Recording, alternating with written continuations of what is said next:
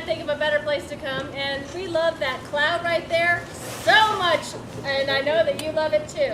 Hopefully that cloud stays right there. Thank you. At this time, I'd like anybody who has electronic devices that make any noises to be turned off, as we are about to go back in time to the Civil War, in which those were considered demonic noises coming from people's pockets. And we do have a vicar back here. I can't say that he might come out and try to depossess people if he hears something. This play is set in the Civil War. It is made possible by our parent company, Longmont Theater Company, as well as Theater Company of Lafayette. On your programs, there is a whole lot of information. There's a synopsis that will help guide you through our very intricate story that we have added a lot of humor to make it just as entertaining as all get out. So, without further ado, I would like to present As You Like It.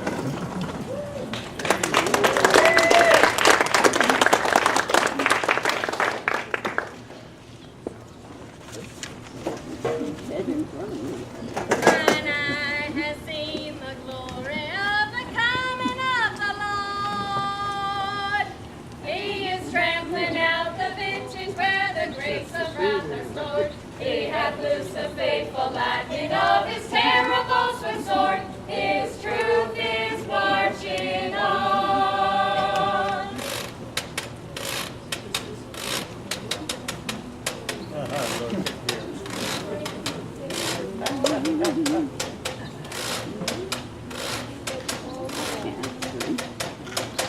Oh, I wish I was in the land of cotton. Old times they are not forgotten. Look away, look away, look away, Dixieland. In Dixieland where I was born in early on one frosty morning. Look away, look away, look away, Dixieland.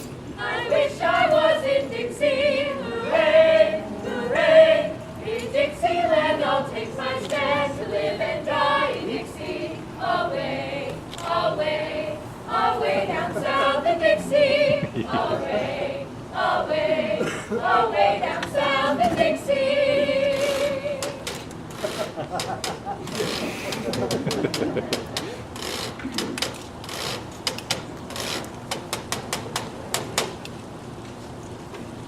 As I remember, Adam, it was upon this fashion, bequeathed me by will, but a poor inheritance.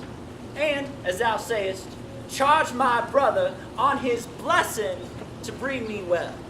And there my sadness begins.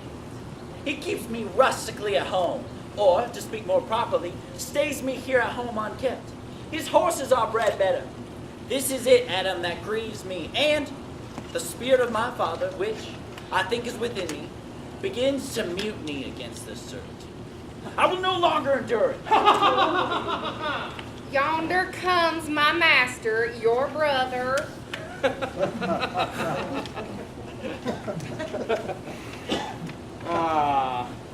Now, sir, what make you here? Nothing. I am not taught to make anything.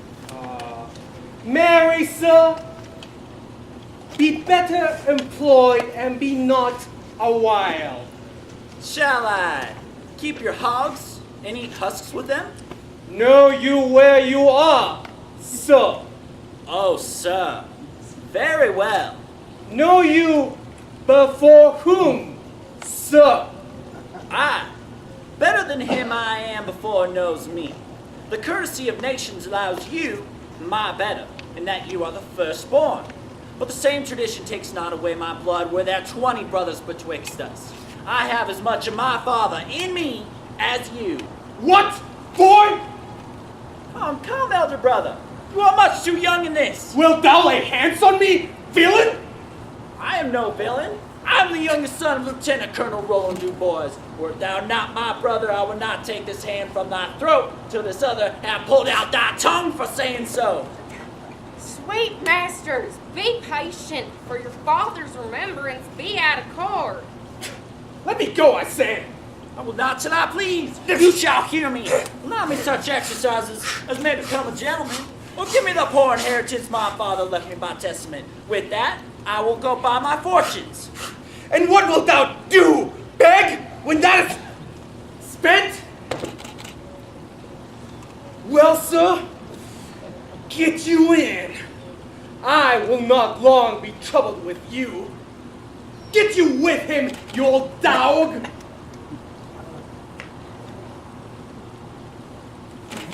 Is old dog my reward? Most true, I have lost my teeth in your service. In God be with my old master, he would not have spoken such a word. Is it even so? Begin you to grow upon me?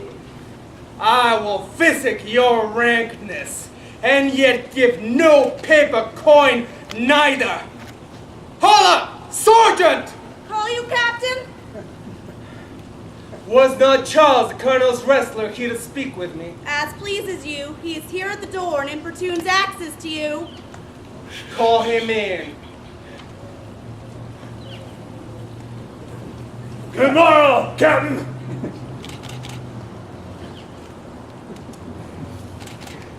Good Sir Charles, what's the new news at the new house? There is no news at the new house, sir, but the old news, that is, the old Duke is banished by his younger brother, the new colonel, and 3 or 4 loving Yanks have put themselves into voluntary exile with them, whose lands and revenues enrich the new colonel. He therefore gives them good leave to wander. Where will the old Duke live? Oh, they say he's already in the forest of Arden, and many a merry man with him. Oh, and there they live like the old Robin Hood of England. They say many Lincolnites flock to him daily, and there they fleet away the time carelessly, like they did in the Golden World. What?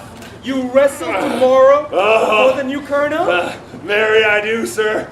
Oh, and I come to acquaint you of a matter.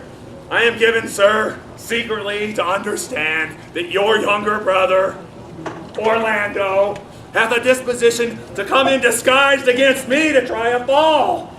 I know your brother is but young and tender, and for your love, I would be loath to foil him, and I come hither to acquaint you with all.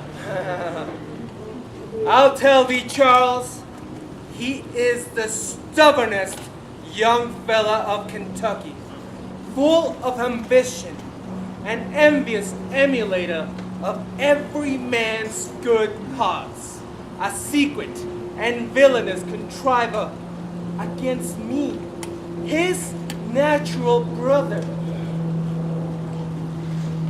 Use thy discretion.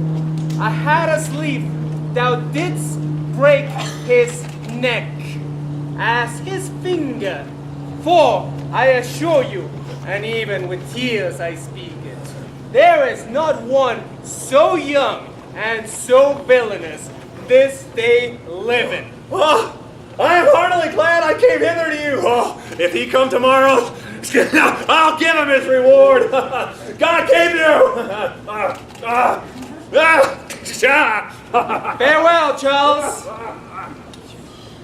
I hope to see an end of him, for my soul, yet I know not why, hates nothing more than he.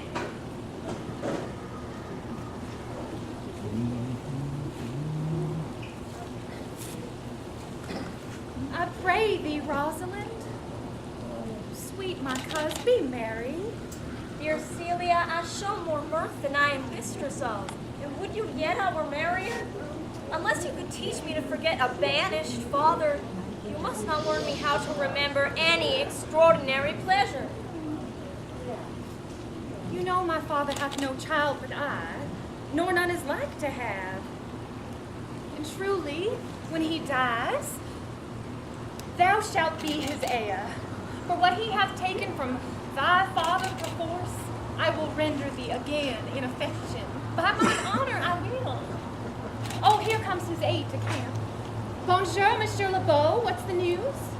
Fair mistress, you have lost much good sport. Sport? Of what color? Of good wrestling. Shall we see this wrestling, cousin? Oh, yonder, sure they are coming. Let us now stay and see it.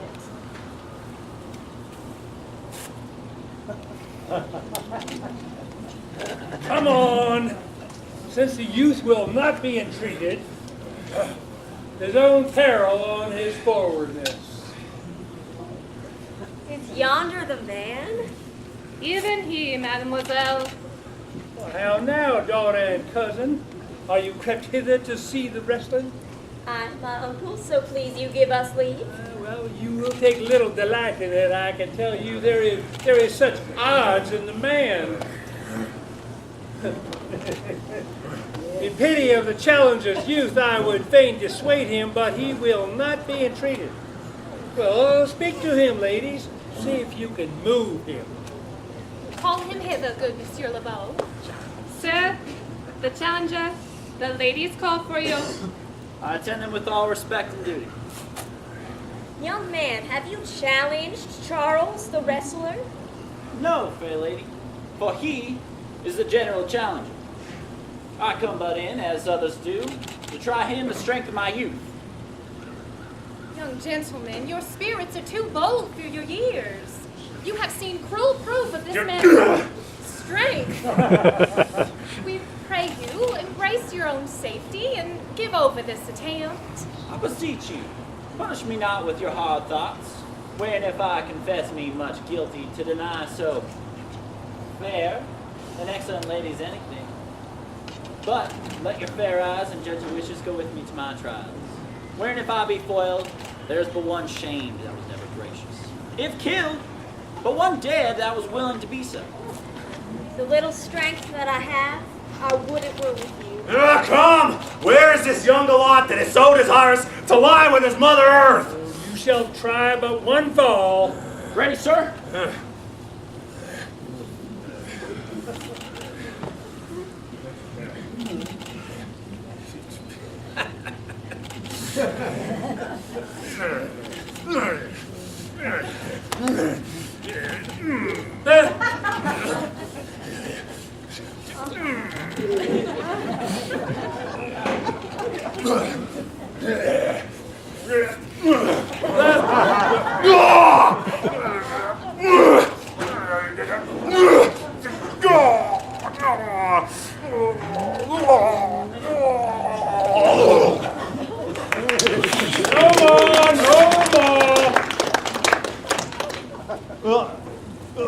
How dost thou, Charles?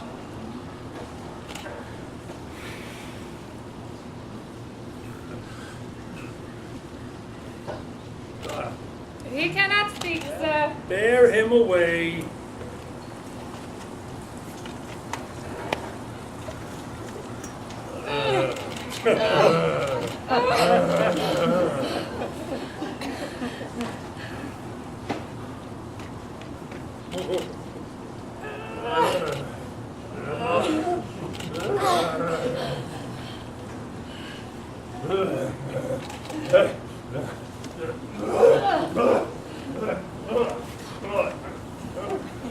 What is thy name, young man?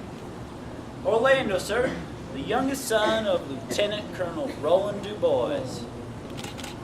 I would thou hadst been made son to some other man.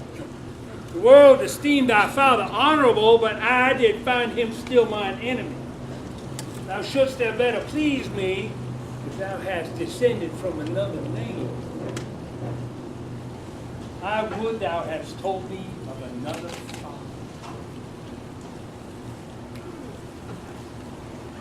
I'm more proud to be of Roland born, his youngest son, but would not change that calling to be adopted heir to Frederick. My father loved your father as his soul. Gentlemen, wear this for me. One out of suits with fortune that could give more, but that her hand lacks means. Shall we go? Aye. Fare you well, fair gentlemen.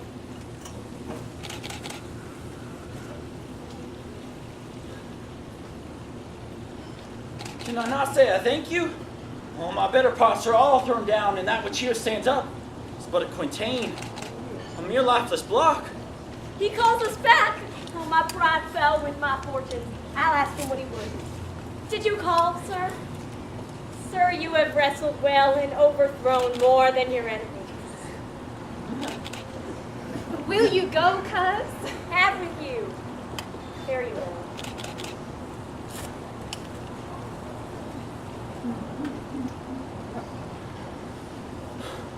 What passion hangs these weights upon my tongue? I cannot speak to her, yet she urged conference. Oh, poor Orlando, thou art overthrown. Why, cousin! Why, Rosalind!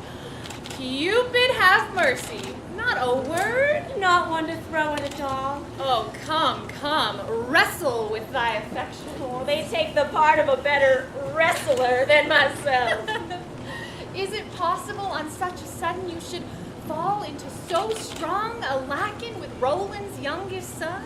The old Duke, my father, loved his father dearly. Let me love him for that. And you love him because I do. Oh, look, here comes the colonel. His eyes full of anger. Mistress, dispatch you with your safest haste and get you from our house. Me, uncle? You, cousin, within these 10 days, if that thou beest found so near our public land as 20 miles, thou shalt die for it. I do beseech you, sir, let me the knowledge of my fault bear with me. Did I offend you, colonel? Thus do all traitors. Thou art thy father's daughter, there's enough. So was I when your battery took this house. So was I when your army banished him. Treason is not inherited, good sir. Dear Papa, hear me speak. Aye, Celia, we stayed her for your sake, else had she with her father ranged along. I did not then entreat you to have her stay. It was your pleasure and your own remorse. Thou art a fool. She robs thee of thy name, and thou wilt show more bright and seem more virtuous when she is gone. She is banished. Pronounce that sentence on me, then, Papa. I cannot live out of her company. You are a fool. You, niece, provide yourself. If you outstay the time, upon mine honor and in the greatness of my word, you die.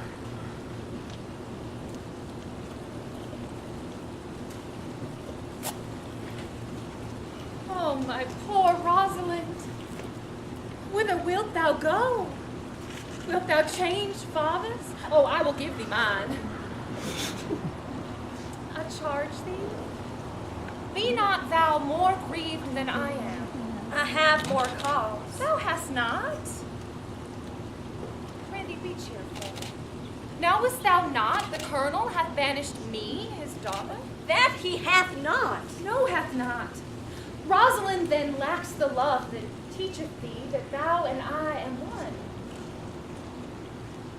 Shall we be sundered? Shall we part, sweet girl? No. Let my father seek another heir. Therefore, devise with me how we may fly, whither to go, and what to bear with us. Why, whither will we go? To seek my uncle in the forest of Arden. Alas, what danger will it be to us maids as we are to travel forth so far? Beauty provoketh thieves sooner than gold. I'll put myself in poor and mean attire, the like to you. So we shall pass along and never stir assailants. Were it not better that I did suit me all points like a man? What shall I call thee when thou art a man? Well, I'll have no worse a name than Jove's own page. And therefore, look, you call me Ganymede. But what will you be called? Something with reference to my state. No longer Celia, but Aliena.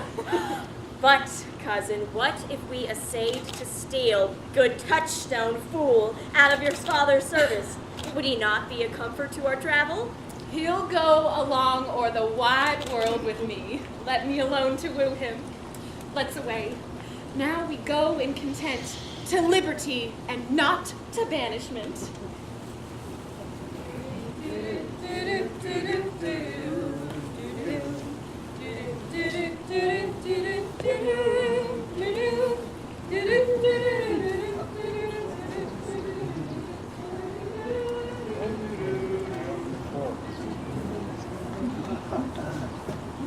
Now, my co-mates and brothers in arms, hath not old custom made this life more sweet? I would not change it. Happy is the old Duke that can translate the stubbornness of fortune into so quiet and so sweet a style. Come, shall we go kill venison? And yet it irks me, the poor dapple fools being native burghers of this here desert city, showed in their own confines with forked heads, have their round haunches gored. Indeed, my lord, the melancholy Jack grieves at that, and in that kind swears that you do more usurp than doth your brother that hath ousted you. And did you leave him in this contemplation? I did, my lord. Show me the place. I love to cope him in these sullen fits, for then he's full of matter. I'll bring you to him straight.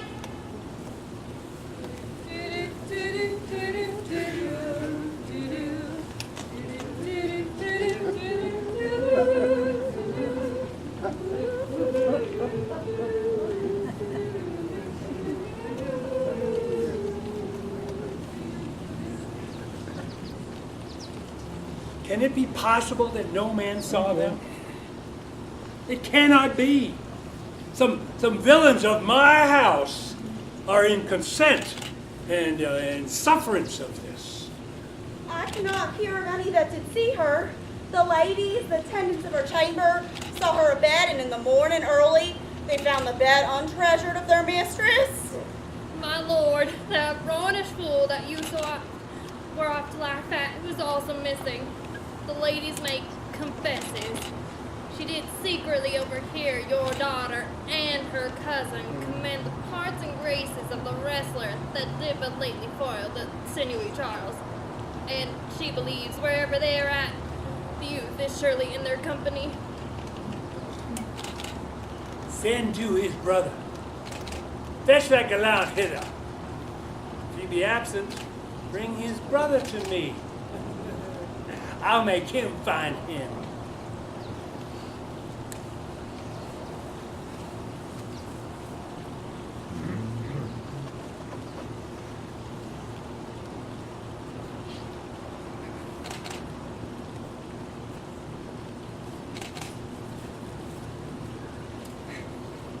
Oh, unhappy youth, your praises come too swiftly home before you. Why? What's the matter? Come not within these doors. Your plotting brother hath heard your praises, and this night he means to burn the lodging where you used to lie. This is no place. This house is but a butchery. Abhor it. Fear it. Do not enter it. Why whither, Adam? Wouldst thou have me go?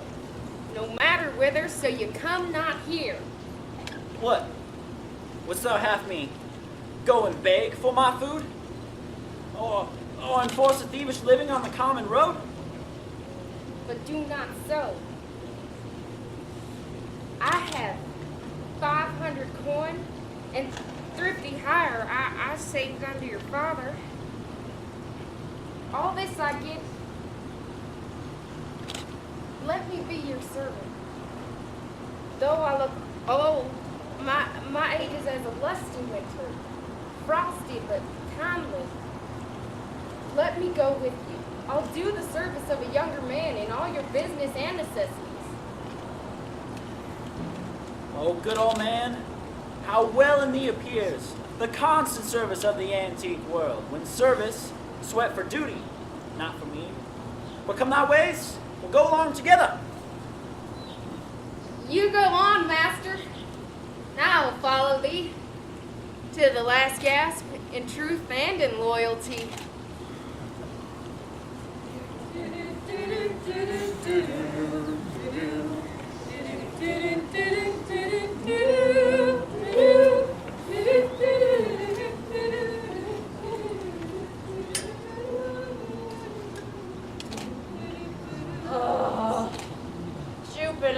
weary are my spirits.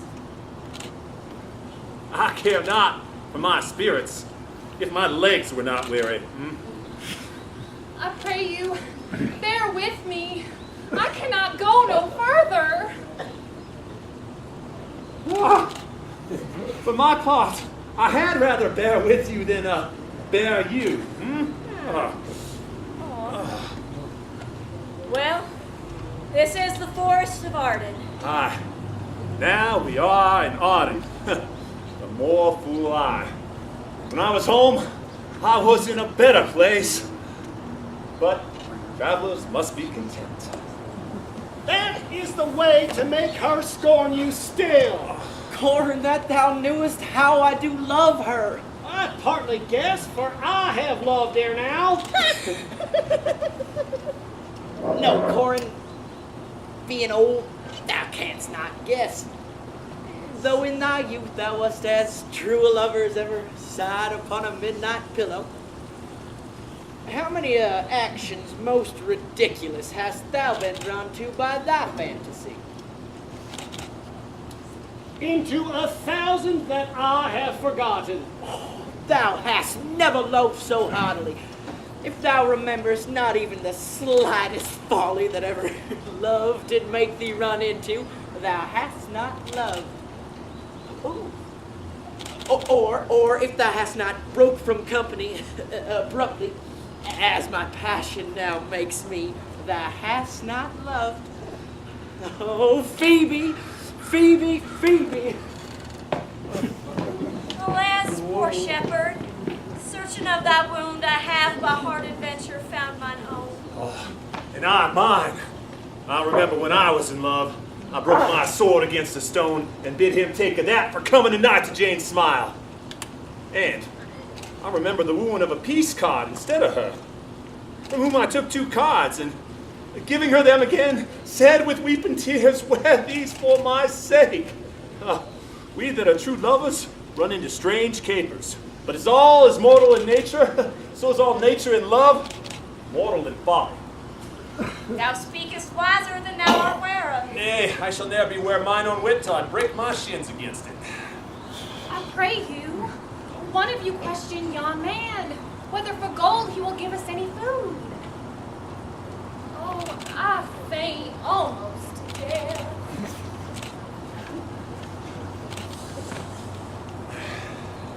What are we watching? We're watching. Hello, you clown! Oh, peace! Oh, he's not thy kinsman. Who calls? Your betters, sir?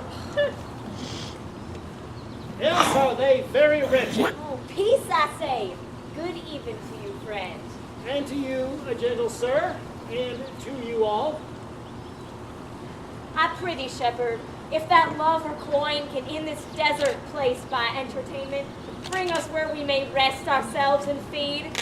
Here is a young maid with travel much oppressed and faint for succor. Fair sir, I pity her, and wish more for her sake than mine own. My fortunes were better able to relieve her. But I am shepherd to another man, and do not shear the fleeces that I graze. Besides, his coats, his flocks, and bounds of feed are now on sale, and at our sheepcote now. By reason of his absence, there is nothing for you to feed on. But what is, come see, and in my voice most welcome shall you be. I pray thee, if it stand with honesty, buy thou the cottage pasture and the flock, and thou shalt have to pay for it of us. And we will mend thy wages. I like this place, and willingly could waste my time in it. Assuredly the thing is to be sold. I will your very faithful feeder be, and buy it with your coin right suddenly.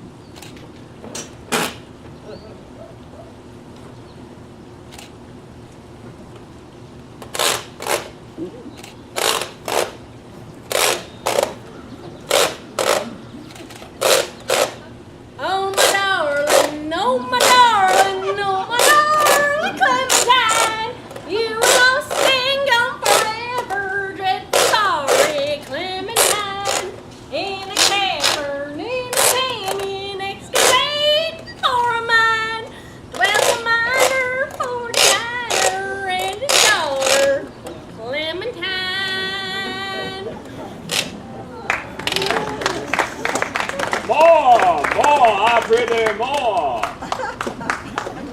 It will make you melancholy, Captain Jack. I thank it. More, I prithee more. I can suck melancholy out of a song as a weasel sucks eggs.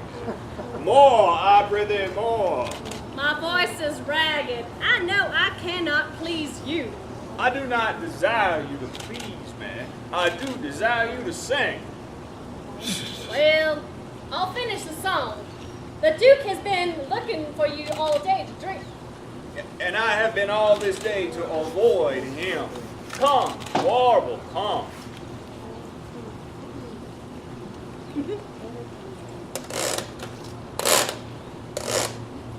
Drove she ducklings to the water every morning just at 9.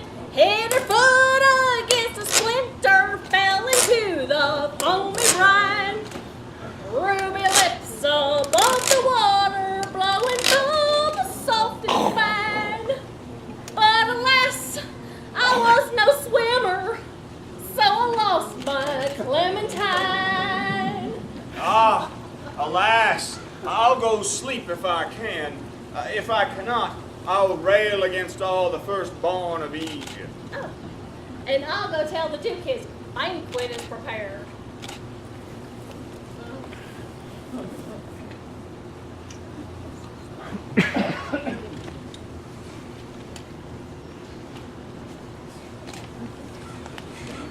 Dear master, I can go no further.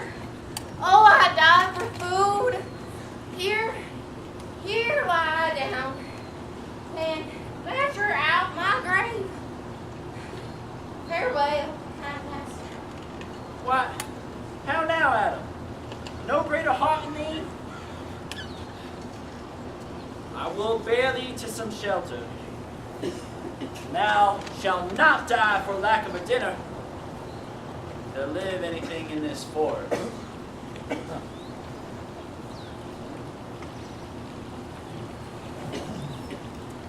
I think he be transformed into a beast, for I can nowhere find him like a man. Good sir, he is even now but gone hence. Here he was merry, hearing of a song. Well, go seek him. Tell him I would speak with him. He saves me my labor by his own approach. Why, how now, Captain? What a life is this that your poor friends must rule your company? What? You look merrily. A fool! A fool! I met a fool in the forest. As I do live by food, I met a fool. Oh, what fool is this? Oh, worthy fool, one that hath been in high society. Oh, that I were a fool. Give me leave to speak my mind, and I will through and through cleanse the foul body of the infected world, if they will patiently receive my medicine. But who comes here? Forbear, and eat no more. Why, I have eaten none yet. Nor shall not, till necessity be served. Of what kind should this cock come of? Art thou distressed by thy, golden by thy distress, man? I must What die would you for have? food. I must die for food, and let me have it. Well, sit down and feed, and welcome to our table.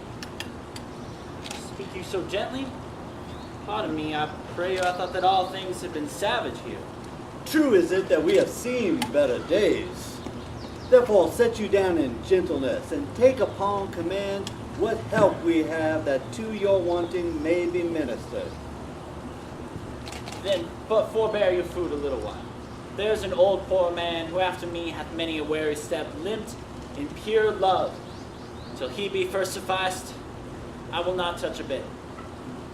Go find him out, and we will nothing waste till you return. I thank ye, and be blessed for your good comfort. Thou seest, we are not all alone unhappy. This wide and universal theater presents more woeful pageants than the scene wherein we play in. All the world's a stage, and all the men and women merely players. They have their exits and their entrances, and one man in his time plays many parts, his acts being 7 ages. At first, the infant, mewling and puking in the nurse's arms. And then the whining schoolboy with his satchel and shining morning face, creeping like snail unwillingly to school. And then the lover, sighing like furnace, with a woeful ballad made to his mistress's eyebrow. Then a soldier, full of strange oaths and bearded like the pod, jealous in honor, sudden and quick in quarrel, seeking the bubbled reputation even in the cannon's mouth. And then the justice, in fair round belly with good capon lined, with eyes severe and beard of formal cut, full of wise saws and modern instances. And so he plays his part. The 6th age shifts into the lean and slippered pantaloon, with spectacles on nose and pouch on side. His youthful hose, well saved, a world too wide for his shrunk shank. And his big manly voice, turning again toward childish trouble. Pipes and whistles in his sound. Last scene of all, that ends this strange, eventful history, is second childishness and mere oblivion. Sans teeth, sans eyes, sans taste, sans everything. Welcome. Set down your venerable burden and let him feed.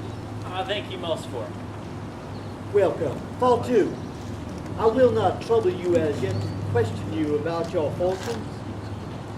Give us some music, and good cousin, sing.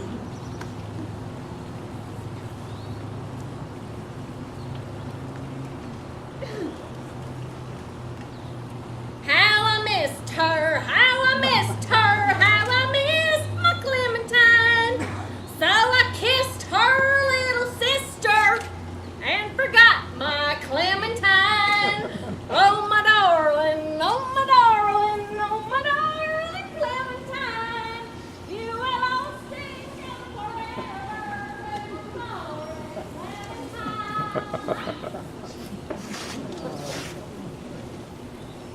Not see him since, sir.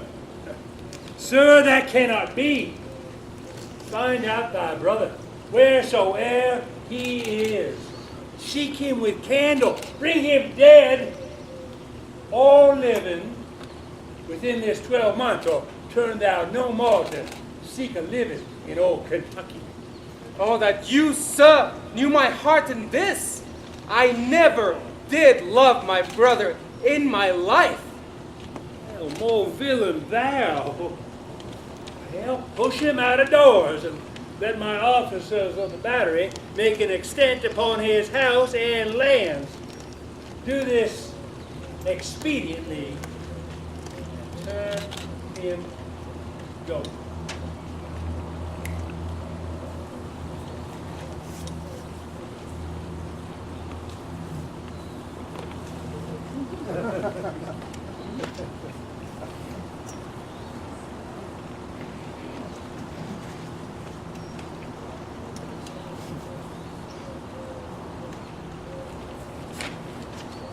Hang there, my verse, you witness of my love. Oh, Rosalind, these trees shall be my books, and in their barks my thoughts all character, that every eye which in this forest looks shall see thy virtue witnessed everywhere. Run, run, Orlando, carve on every tree the fair, the chaste and unexpressive sheep. And how like you this shepherd's life, Mr. Touchstone? Truly, shepherd, in respect of itself, it is a good life. But in respect that it is a shepherd's life, it is not. Now, in respect that it is solitary, I like it very well. But in respect that it is private, it is a very vile life. Now, in respect that it is in the fields, it pleaseth me well, but in respect that it is not in society, it is tedious. Hast any philosophy in thee, shepherd? Well, no more, but that I know that the more one sickens, the less at ease he is. That he that is without means, money, and content is without 3 good friends. That the property of rain is to wet and fire to burn. That the good pasture makes fat sheep, and that a great cause of the night is lack of the sun. And that he that hath learned no wit by nature nor art may complain of good breeding or comes of a very dull kindred. Such a one is a natural philosopher. Was ever in society, shepherd? No, truly. Oh, then thou art damned. Nay, I hope. Truly thou art damned like an ill-roasted egg, all on one side. For not being in society, no reason. Why, if thou never wast in society, then thou never sawest good manners. If thou never sawest good manners, then thy manners are wicked. And wickedness is sin, and sin is damnation. Oh, thou art in a parlous state, shepherd. Not a whit, Touchstone. Those that are good manners in society are as ridiculous in the country as the behavior of the country would be most mockable in society. You say you salute not in society, but you kiss your hand. Such courtesy would be uncleanly if gentry were shepherds. Instance briefly. Come, instance. Well, we are still handling our ewes, and their fells, are greasy. Why, do not your gentry's hands sweat? And is not the grease of a mutton as wholesome as the sweat of a man? Shallow. A better instance, I say, come. Now, besides, our hands are hard. Your lips will feel them the sooner. Shallow again. A sounder instance, I say, come.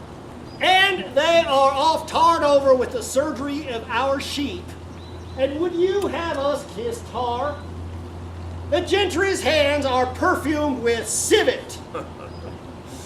Most shallow man, listen to the wise and the pen. Civet is of a baser birth than tar, the most uncleanly flux of a cat. Mend the instant, shepherd. Sir, you have too weighty a wit for me. I'll rest. Here comes young Private Ganymede, my new mistress' brother. From the east to western end, no jewel is like Rosalind. For worth being mounted on the wind, through all the world bears Rosalind. All the pictures, fairest lined, are but black to Rosa. Lined. Let no fair be kept in mind, but the fair of Rosalind. I shall rhyme you so 8 years together. Out, fool. For a taste. If a heart do lack a hind, let him seek out Rosalind. If the cat will after kind, so be sure will Rosalind. Sweetest nut hath sourest rind, such a nut is Rosalind. He that sweetest rose will find love's prick and Rosalind. This is a very false gallop of verses. Why do you infect yourself with them? Peace, you dull fool. I found them on a tree. Truly the tree yields bad fruit. Peace, I say. Here comes my sister.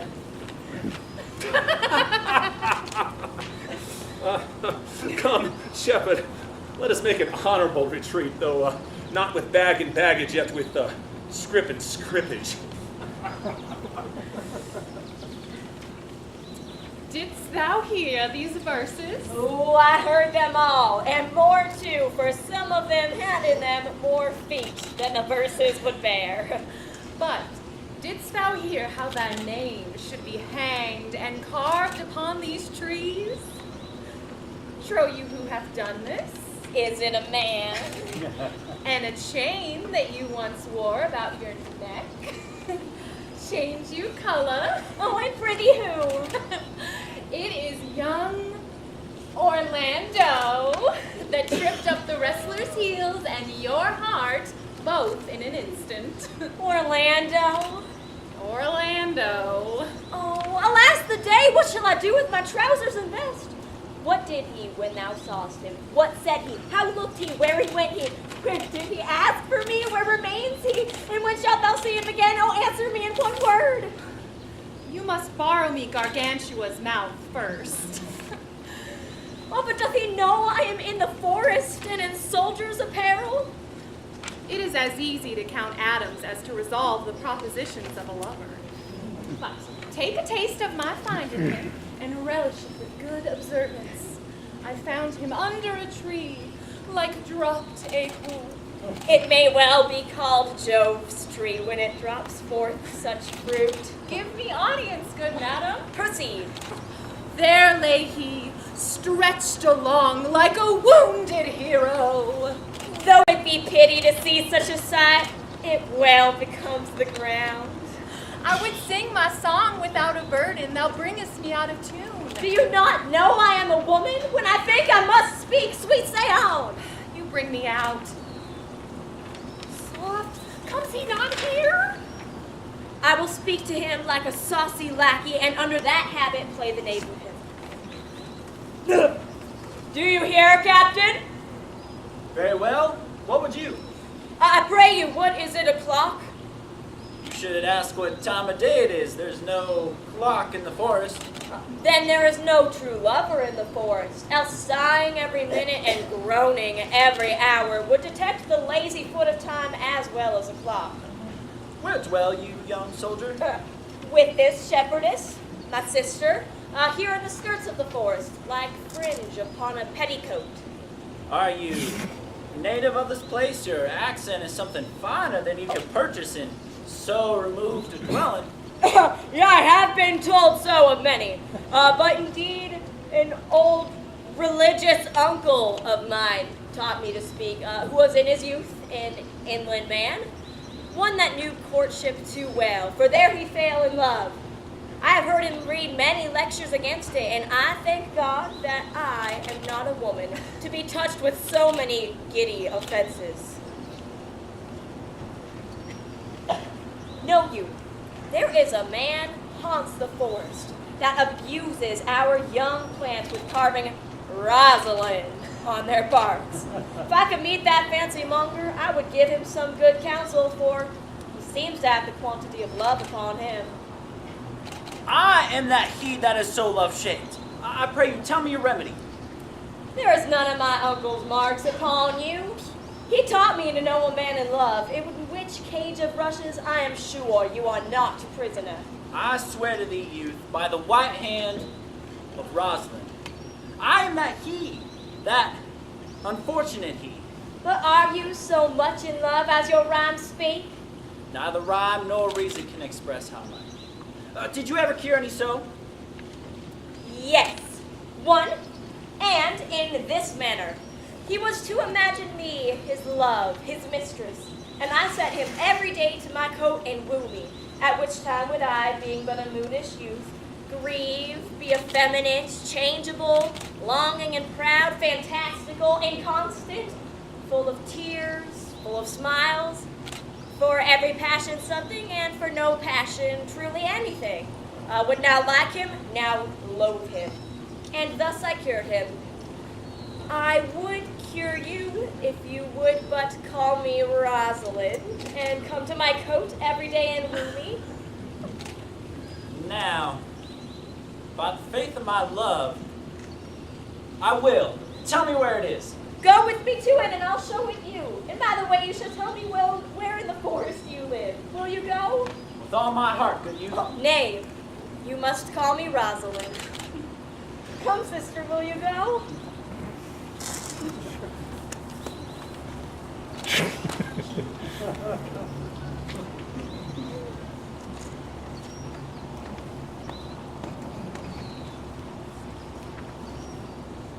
As the blackbird in the spring, 'neath the willow tree, sat and piped, I heard it sing, singing Audrey Lee, Audrey Lee, Audrey Lee, girl with brownish hair.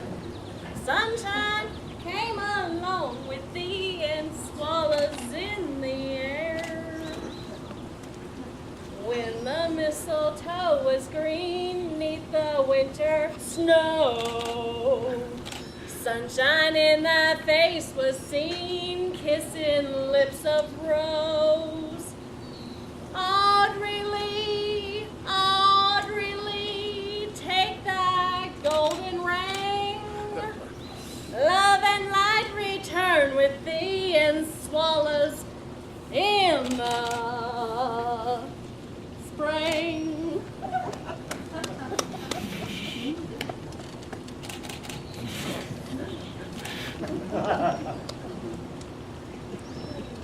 But why did he swear he would come this morning and comes not? Nay, truly, there is no truth in him. Not true in love? Yes, when he is in, but I think he is not. You have heard him swear downright he was. Was is not is. That's a brave man. He writes brave verses, speaks brave words, swears brave oaths, and breaks them bravely. Oh, who comes here? Mistress, in private, you have often inquired after the young shepherd that complained of love. Well, and what of him? If you will see a pageant truly played between the pale complexion of true love and the red scorn of proud disdain, go hence a little and I shall conduct you, if you will mark it. Ah, come, let us remove. The sight of lovers feedeth those in love. Sweet Phoebe, do not scorn me, do not, Phoebe. Say that you love me not, but say not so in bitterness, the common executioner. Thou tellest me there is murder in thine eye? 'Tis pretty sure and very probable that eyes, which are the frailest and softest things, should be called tyrants, butchers, murderers. Now, I do frown on thee with all my heart, and if mine eyes can wound, now let them kill thee. Oh, scratch thee but with a pin, and there remains some scar of it. But now mine eyes, which I have darted at thee, hurt thee not. Nor, I am sure, there is no force in eyes that can do hurt. Oh, dear Phoebe, then shall you know the wounds invisible that love's keen arrows make. But till that time, come thou not near me. And why, I pray you? Who might be your mother that insult, exult, and all at once over the wretched? What though you have no beauty, must you be therefore proud and pitiless? 'Tis no. Why do you look on me? Odds my little life, I think she means to tangle my eyes too. No, faith, proud mistress, hope not after it. 'Tis not your inky brow, your black silk hair, your bugle eyeballs, nor your cheek of cream that can attain my spirits to your worship. Oh, you foolish shepherd, wherefore do you follow her? You are 1,000 times a properer man than she a woman. 'Tis such fools as you that makes this world full of ill-favored children. 'Tis not her glass, but you that flatters her. And out of you she sees herself more proper than any of her lineaments can show her. But, mistress, know yourself. Down on your knees and thank heaven fasting for a good man's love. For I must tell you friendly in your ear, sell when you can. You are not for all markets. So take her to thee, shepherd, fare you well. Sweet youth, I pray you, chide a year together. I had rather hear you chide than this man woo. He's fallen in love with your foulness. she'll fall in love with my anger.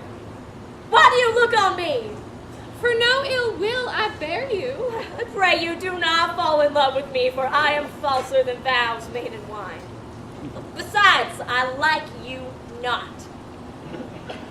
Will you go, sister? Shepherd, ply her hard. Dear shepherd, now I find thy saw of might. Whoever did love that loved not at first sight. Phoebe, pity me. Silvius, the time was that I hated thee, and yet it is not that I bear thee love. But since that thou canst talk of love so well, thy company, which erst was irksome to me, I will endure. And I'll employ thee too. But do not look for further recompense than thine own gladness that thou art employed. So holy and so perfect is my love that a scattered smile I'll live upon. Knowest thou the youth that spoke to me erewhile? Not very well, but I have met him oft. Think not I love him, though I ask for him. 'Tis but a peevish boy, yet he talks well. But sure he's proud, and yet his pride becomes him. He'll make a proper man. The best thing in him is his complexion, and faster than his tongue did make offense, his eye did heal it up. There be some women, Silvius, had they marked him in parcels as I had, would have gone so far as to fall in love with him. But as for my part, I love him not, nor hate him not. And yet I had more cause to hate him than to love him. For what had he to chat at me? He said mine eyes were black, and my hair black, and now I am remembered scorned at me. I marvel why I answered not again. But that's all one. Omittance is no quittance. I'll write to him a very taunting letter, and thou shalt bear it. Wilt thou, Silvius? Phoebe, with all my heart. I'll write it straight. The matter's in my head and in my heart. I will be bitter with him and passing short. Go with me, Silvius. Yes, ma'am.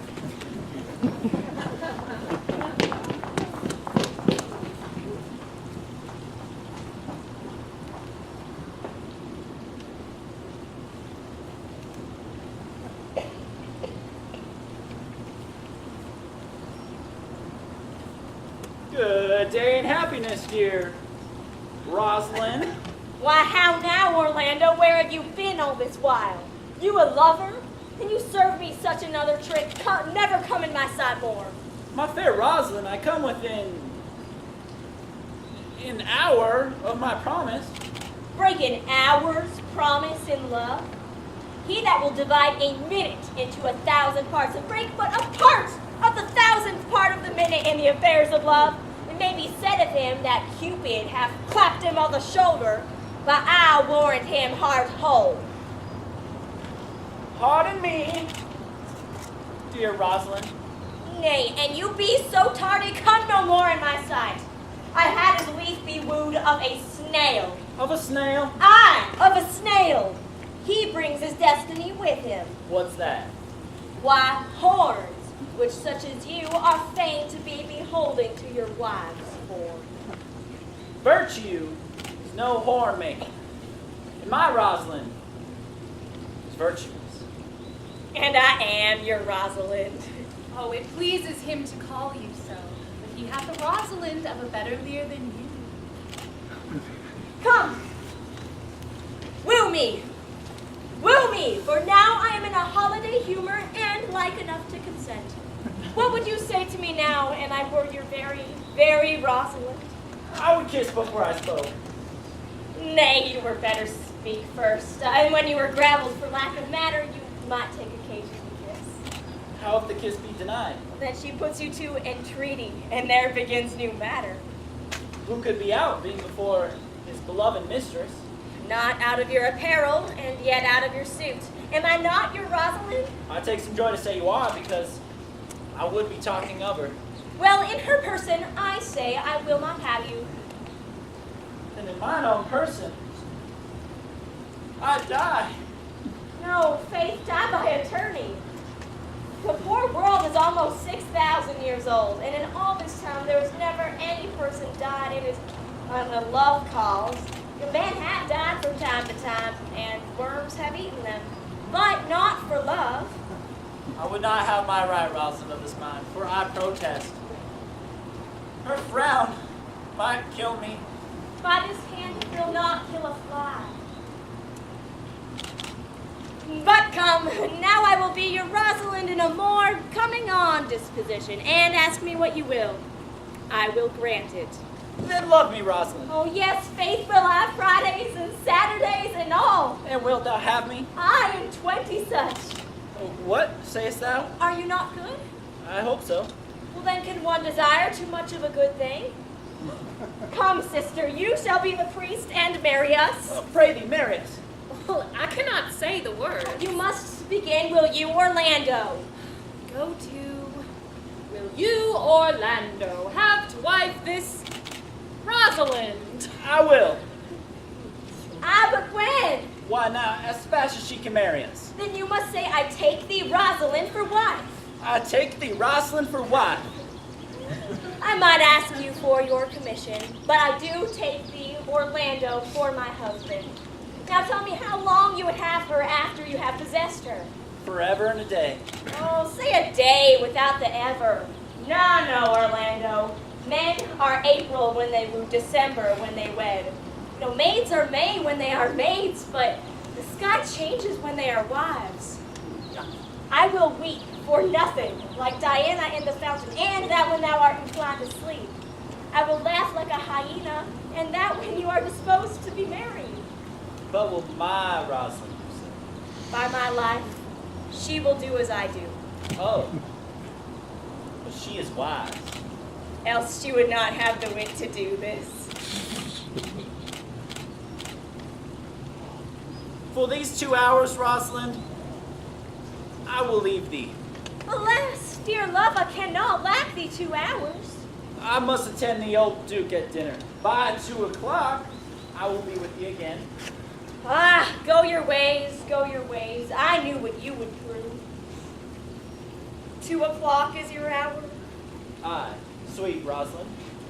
By my troth and in good earnest, and so God mend me, and by all pretty oaths that are not dangerous, if you break one jot of your promise, or come 1 minute behind your hour, I will think you the most pathetical break promise, and the most hollow lover, and the most unworthy of her that you call Rosalind that may be chosen out of the gross band of the unfaithful.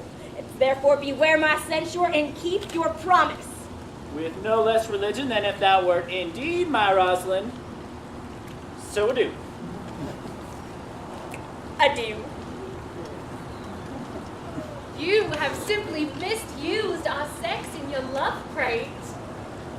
We must have your trousers and vest plucked over your head and show the world what the bird hath done to her own nest. Oh, cuz, my pretty little cuz, that thou didst know how many fathom deep I am in love. I'll tell thee, Aliena, I can't be out of the sight of Orlando. I'll find a shadow in sight till he come. And I'll sleep. Oh, come here. My errand is to you, fair youth. My gentle Phoebe bid me give you this. I know not the contents. Pardon me, I am but as a guiltless messenger. Bear this, bear all. Why writes she so to me? She says I am not fair, that I lack manners. She calls me proud, and that she could not love me. Shepherd, this is a letter of your own device. No, I protest, I know not the contents. Phoebe did write it. Come, you are a fool. She Phoebes me. Mark how the tyrant writes. Art thou God to shepherd turned, that a maiden's heart hath burned? Can a woman rail thus? Call you this railing? If the scorn of your bright eye have power to raise such love in mine, alack in me what strange effect would they work in mild aspect? Did you ever hear such chiding? Call you this chiding? Oh, alas, poor shepherd. Oh, do you pity him? Wilt thou love such a woman? Well, go your way to her, for I see love hath made thee a tame snake. And say this to her, that if she love me, I charge her to love thee.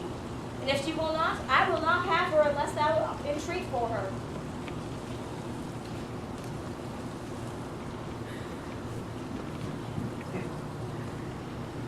Good morrow, fair ones.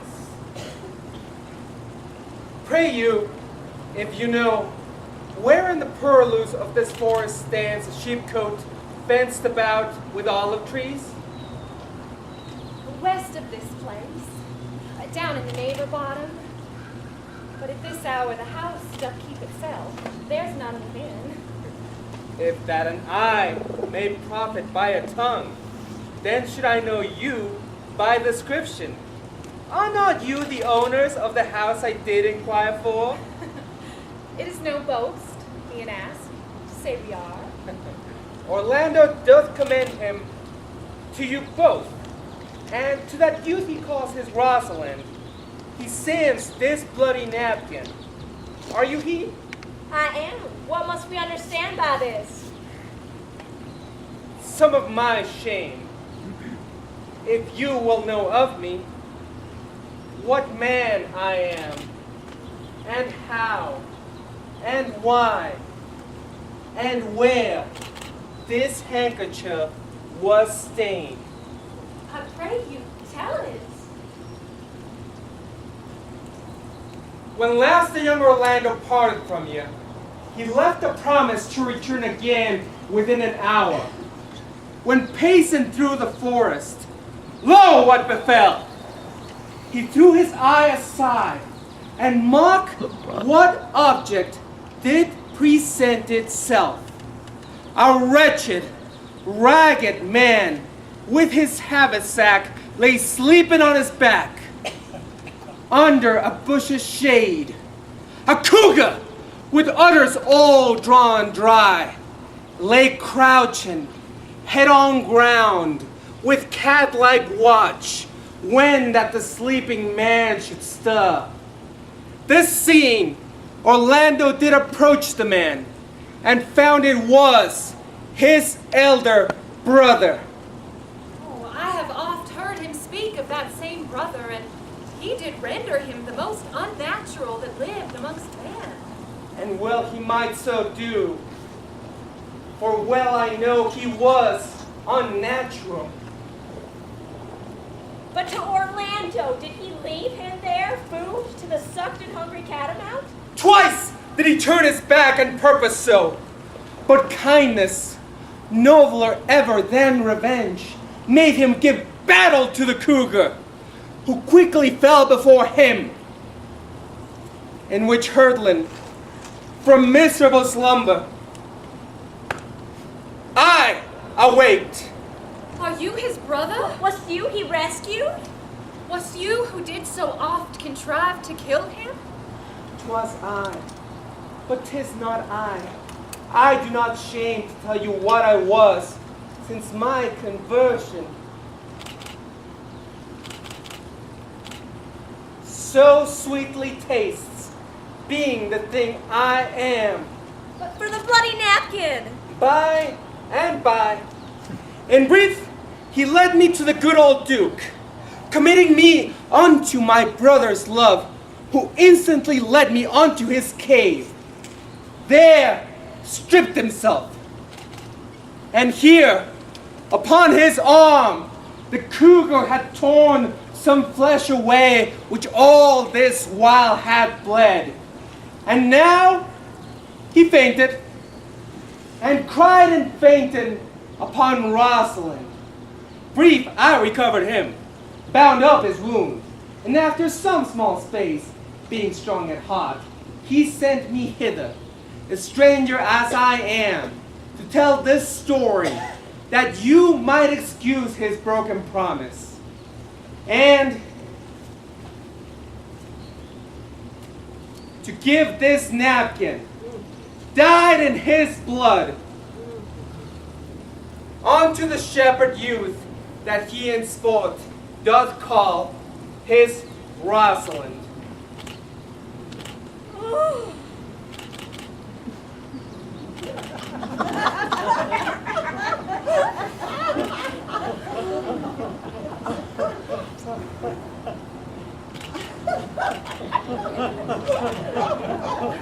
Why, how now, Ganymede? Oh, sweet Ganymede. And he will soon when they do look on blood. There's more in it. Ganymede, Look, here he comes. will you take him by the arm? Be of good cheer, youth. You a man. You lack a man's heart.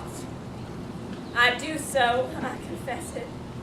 Oh, soldier, the body would think this was, well, counterfeited. I pray you, tell your brother how well I counterfeited to swoon when you showed me this napkin.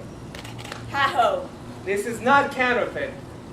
There is too great a testimony in your complexion that it was a passion of earnest. Counterfeit, I assure you.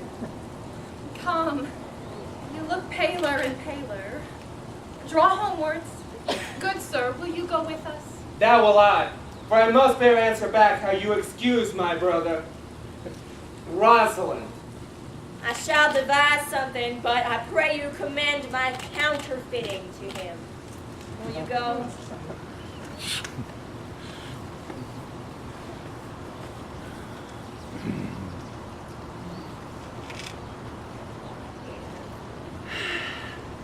Is it possible that on so little acquaintance you should like her, that but seeing you should love her?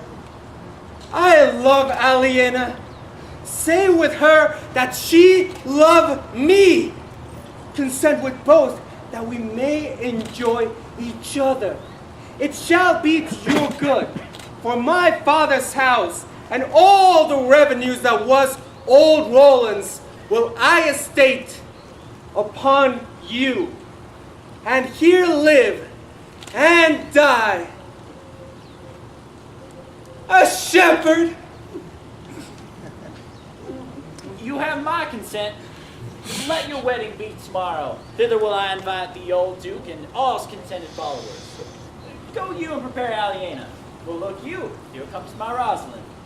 God save you, brother. And you, young private, my eyes have seen the glory of the coming of the Lord. Oh, my dear Orlando, how it grieves me to see thee wear thy heart in a scarf. It is my arm. I thought thy heart had been wounded by the claws of a cat. Wounded it is, but with the eyes of a lady. Did your brother tell you how well I counterfeited to swoon when he showed me your napkin? Aye, and greater wonders than that. Oh, I know where you are. For your brother and my sister no sooner met, but they looked. No sooner looked, but they loved. No sooner loved, but they sighed. No sooner sighed, but they asked one another the reason. No sooner knew the reason, but they sought the remedy. And in these degrees have they made a pair of stairs to marriage.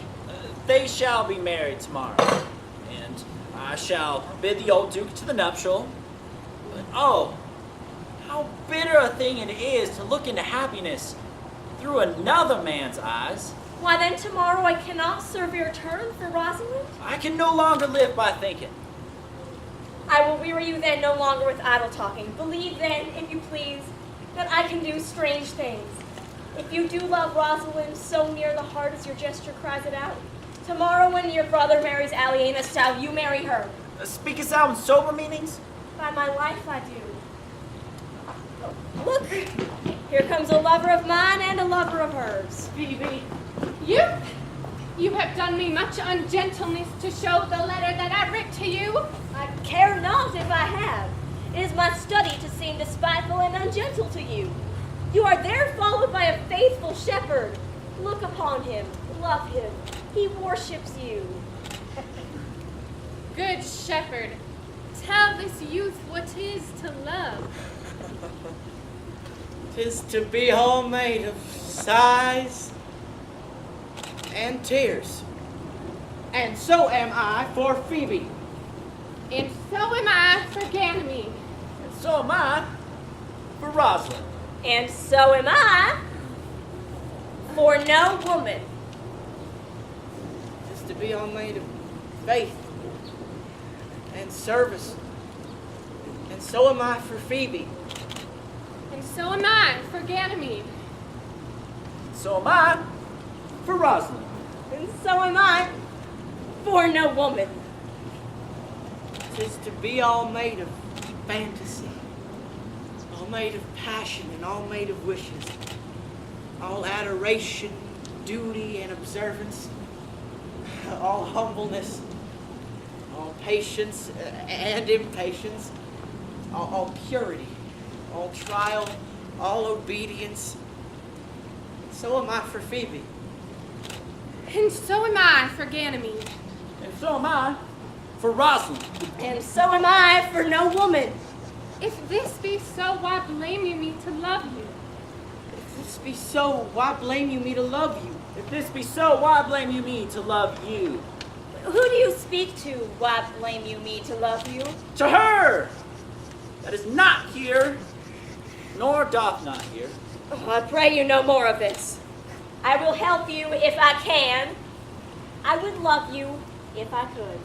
But tomorrow meet me all together. I will marry you if ever I marry a woman, and I will be married tomorrow. I will satisfy you if ever I satisfy man, and you will be married tomorrow. I will content you if what pleases you contents you, and you will be married tomorrow. As you love Phoebe, meet. As you love Rosalind, meet. And as I love no woman, I'll meet. So fare you well, I have left you commands. I'll not fail if I live. Nor I. Nor I. Come apace, good Aubrey. When a man's verses cannot be understood, nor a man's good wit seconded with the second child understanding it, it strikes a man more dead than a great reckoning in a little room. Oh, I would the gods had made thee truly poetical. I do not know what poetical is. Is it honest in word and deed? Is it a true thing? No, truly, for the truest poetry is the most feigning, and lovers are given to poetry, and what they swear in poetry may be said as lovers, they do feign. What, do you wish that God had made me poetical? Oh, I do, truly, for thou swearest to me that thou art honest. Now, if thou wert a poet, I might have some hope thou didst feign. Would you not have me honest? Oh, no, truly, unless thou wert hawk-favored. For honesty, coupled with beauty, is to have honey, a sauce to sugar. A material fool. Well, I'm not fair, and therefore I thank God I am honest. Truly, and to cast away honesty upon a foul wench were to put good meat into an unclean dish. I am not a wench, though I thank God I am foul. Well, praise be the gods for thy foulness, but be it as it may be, I will marry thee. And to that end, I have been with Vicar Martext, the vicar of the next town, who hath promised to meet me at this place in the forest and to couple us. I would fain see this meeting. Will gods give us joy? Amen. Here comes the vicar now. Vicar Martext, you are well met. Will you dispatch us here, under this tree?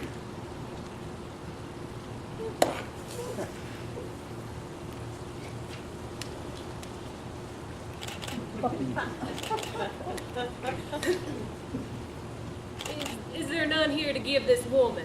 I will not take her on gift of any man. Truly she must be given, or the marriage is not law. Proceed. I'll give her. Will you be married, fool, and will you, being a man of your breeding, be married here, under a bush, like a beggar? Go thou with me and let me counsel thee. Well, come, sweet Audrey. We must be married, or we must live in Bardry.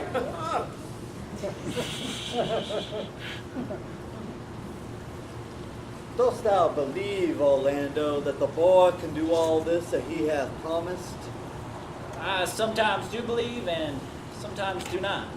It's those that fear they hope and know they fear.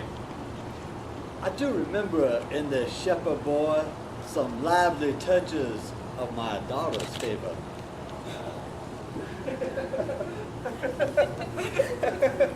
There is sure another flood toward, and these couples are coming to the ark.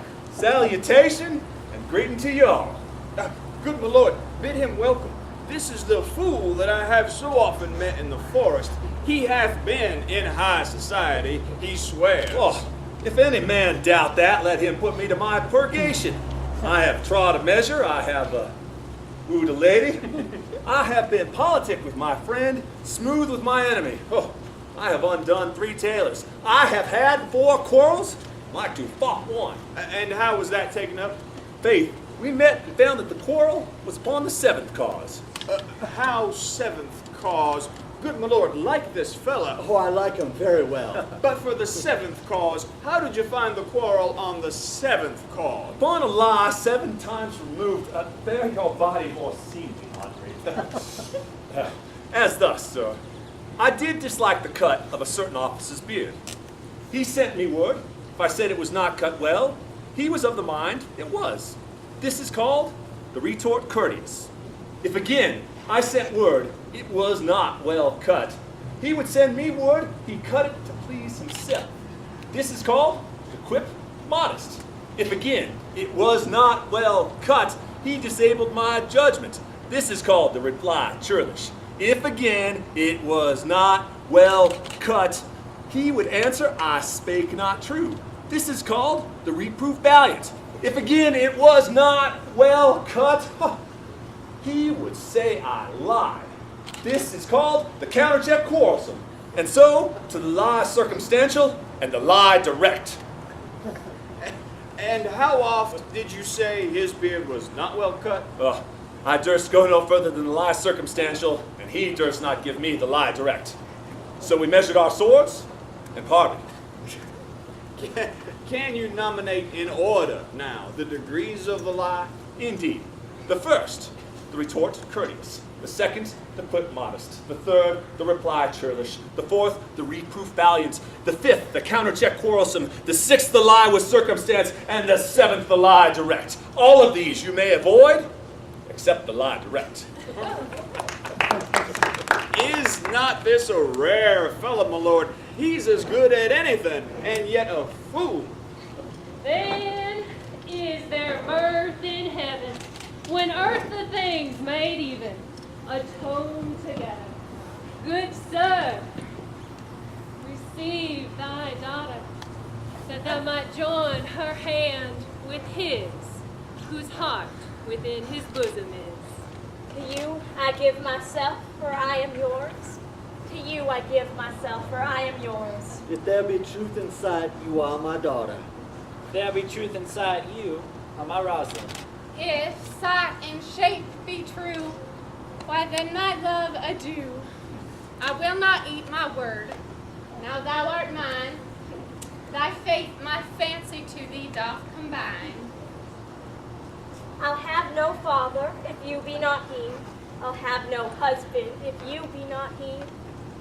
Nor ne'er wed woman if you be not she. Of these most strange events, here are 8 that must take hands to join in wedlock's bands, if truth holds, truth contents. As I went down to the river to pray, studying You about and that you, good no Lord, cross shall part.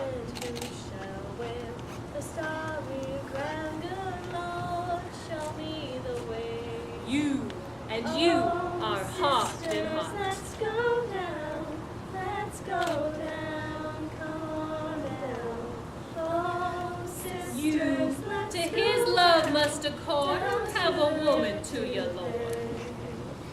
As I went down to the river to pray, You and you are sure together as the winter to foul weather. sorry, I'm good Lord. While some wedlock hymn we sing, feed yourselves with questioning what reason wonder may diminish. And thus we met, and these things finish. Oh, brothers, let's go down.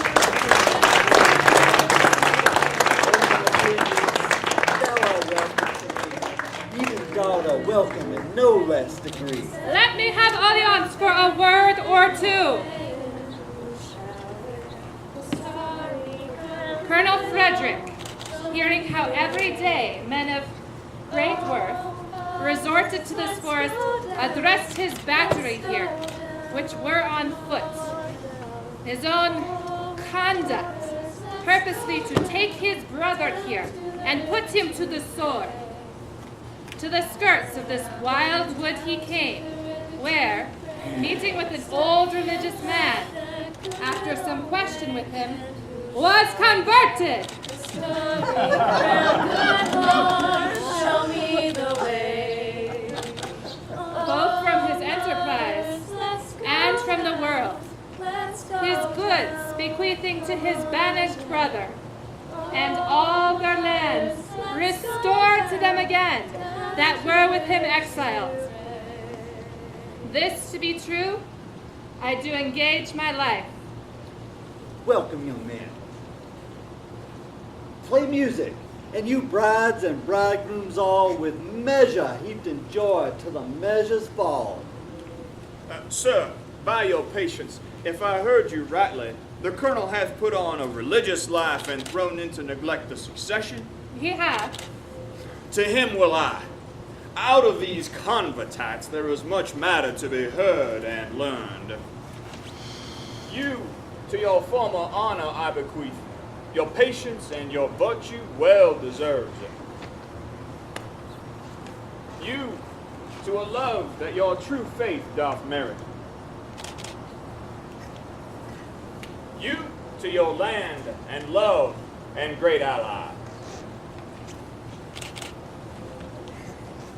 You, to a long and well-deserved bed. And you, to wrangling. So to your pleasures, I am for other than for dancing measures.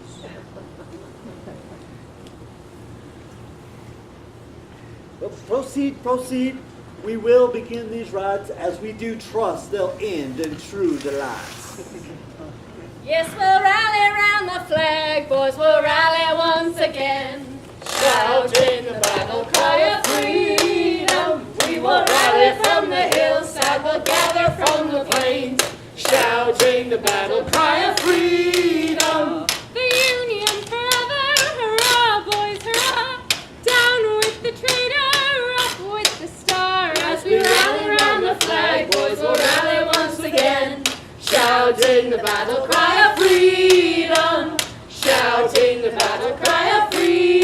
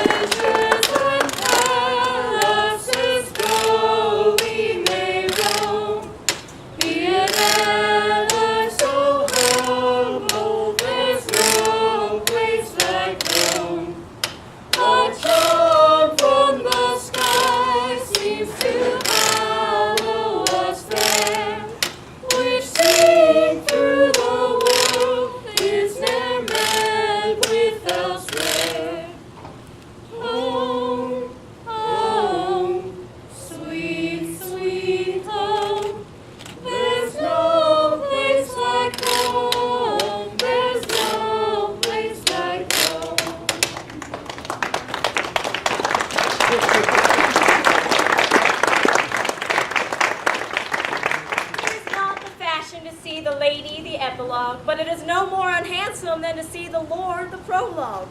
If it be true that good wine needs no bush, 'tis true that a good play needs no epilogue. Yet to good wine they do use good bushes, and good plays prove the better by the help of good epilogues.